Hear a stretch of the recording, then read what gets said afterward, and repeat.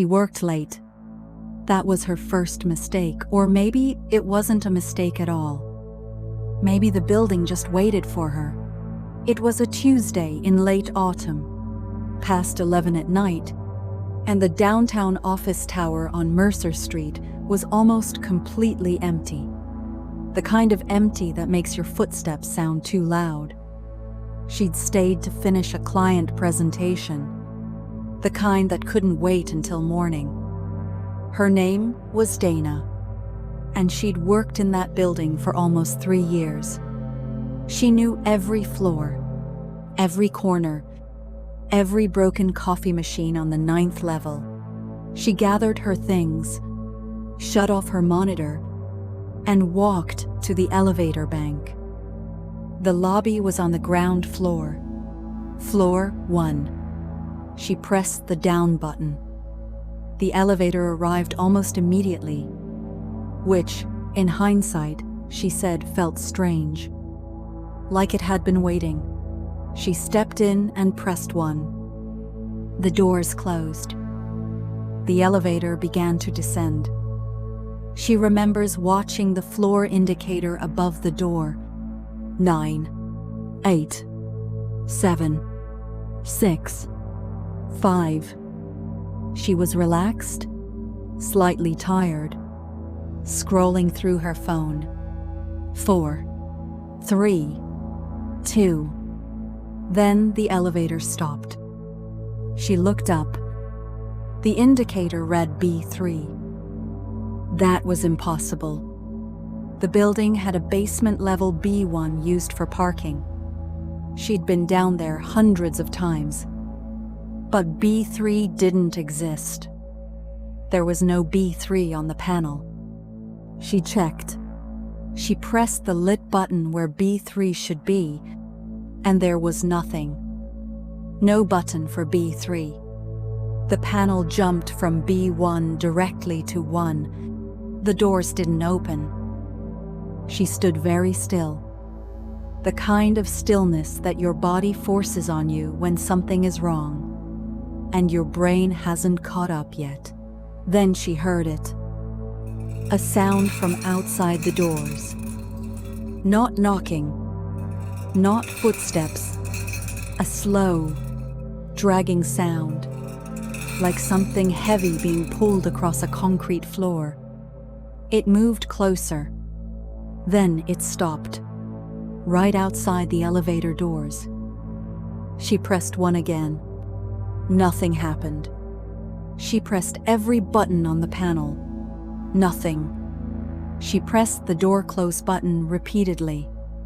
She pressed the emergency button and heard the alarm go off, thin and distant, like it was muffled by something. The dragging sound started again, moving away this time. Dana told this story on a forum later, and what she wrote next is the part that still stays with me. She said, "I don't know how long I stood there.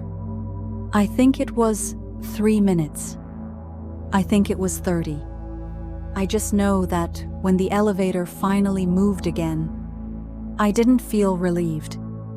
I felt like something had decided to let me go." The elevator rose on its own, stopped at floor 1, and the doors opened into the empty lobby. The security guard at the front desk looked up at her, confused. She must have looked like she'd seen something. She asked him about B3. He set down his coffee very slowly. He told her the building had originally been constructed in the 1970s, that there had been plans for additional basement levels that were never completed, that the construction was halted after 2 workers went missing during excavation, that the sub-basement levels were sealed and poured over with concrete. He said nobody had been down there in 50 years. She never worked late again. This one comes from a guy named Trevor, who posted it in a paranormal thread a few years ago. He wasn't looking for validation. He just said he needed to write it down somewhere. because he'd been carrying it alone for too long. Trevor was visiting his sister at a residential high-rise in the city. One of those mid-century towers with small apartments stacked 40 floors high, and an elevator that rattled slightly no matter how recently it had been serviced. It was mid-July.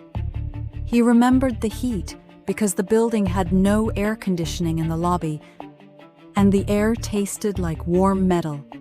He got into the elevator alone on the ground floor and pressed 22, his sister's floor. On the third floor, the elevator stopped. The doors opened. A man stepped in. Trevor described him carefully, the way people describe things they're trying to convince themselves were normal. Medium height, maybe late 50s. Dark coat, which Trevor noted was odd for July. He didn't look at Trevor. He stood with his back almost entirely to him, facing the seam between the doors. He didn't press any buttons. Trevor assumed he'd already selected his floor before getting in, or that he'd press it in a moment. He didn't. The elevator continued upward. 5, 6, 7. The man still hadn't moved, hadn't pressed anything, was just standing there. And Trevor said the longer he stood there, the harder it became to breathe in that small metal box. Not because of claustrophobia. He'd ridden elevators his whole life. It was something else. Something about the stillness of the man. The way he wasn't fidgeting, wasn't shifting his weight, wasn't doing any of the small human things people do in elevators. 12, 13, 14. Trevor was about to say something. He didn't know what. When the elevator stopped at 15, the doors opened. The man walked out without looking back. Trevor let out a breath. The doors closed. He continued up to 22. He told his sister about it over dinner. She got quiet. She asked him to describe the man again. Trevor did. She pulled out her phone and showed him a photograph. A memorial post on the building's community board. A former resident. Passed away 8 months prior. A heart attack in his apartment on the 15th floor. The photo was unmistakably the man from the elevator. Dark coat and all. Trevor says he's taken the stairs in every building he's visited since. And I can't say I blame him. This is the one that bothers me the most. Not because it's the most dramatic. Because it happened over and over again. And nobody could explain it. Her name was Mira. She was a night shift nurse at a large hospital. One of those older regional medical centers that had been expanded so many times over the decades that the original building was almost completely swallowed by additions, wings, and new towers. She worked the overnight shift, and part of her routine involved riding the elevator between the 4th and 7th floors, multiple times a night.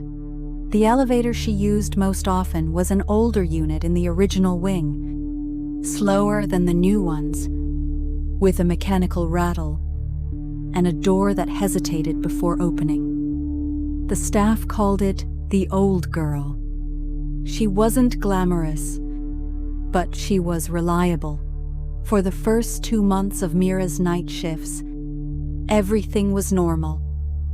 Then she started noticing the time. She couldn't say when exactly she first noticed it.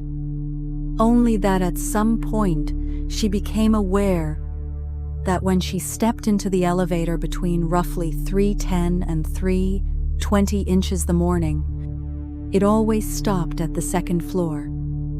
The doors would open, No one was there. She'd ride alone, going wherever she needed to go, and the elevator would stop at 2 first. Every time. She mentioned it to colleagues. They shrugged. Old elevators do strange things. She mentioned it to facilities. They ran diagnostics. Found nothing wrong. No phantom call button.